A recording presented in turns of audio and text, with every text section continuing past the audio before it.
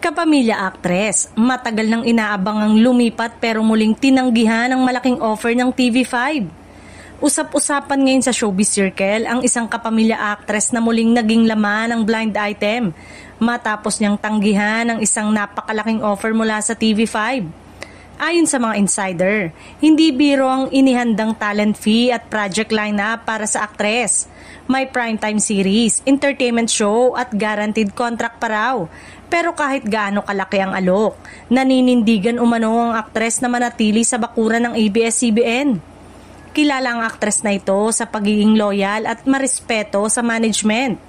Ilang beses na rin siyang inalok ng ibang network pero consistent siyang nananatili sa kanyang home network kahit hindi na exclusive ang ABS-CBN tulad ng dati. Ayon sa mga malapit sa kanya, mas pinahahalagahan niya ang tiwala at pag-aasikaso ng kapamilya boss kesa sa laki ng talent fee. Malaki rin ang papel ng kanyang fans sa desisyon ng aktres.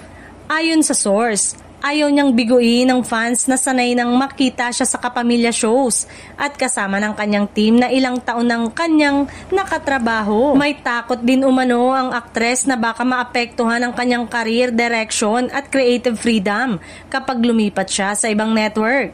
Ang mas interesting pa, lumalabas na hindi lang isang ulit kundi 2 beses nang nagpadala ng offer ang TV5, parehong hindi tinanggap ng aktres. Dahil dito, mas lalong umingay ang usapan na tila may malaking proyekto ang ABS-CBN para sa kanya, kaya mas pinili niyang manatili at hintayin maisalang ito.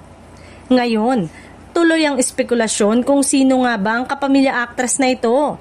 Ang clue nga ay hindi siya bago sa offer ng ibang network. Very in demand and kilala sa pagiging loyal kahit maraming temptation sa industriya.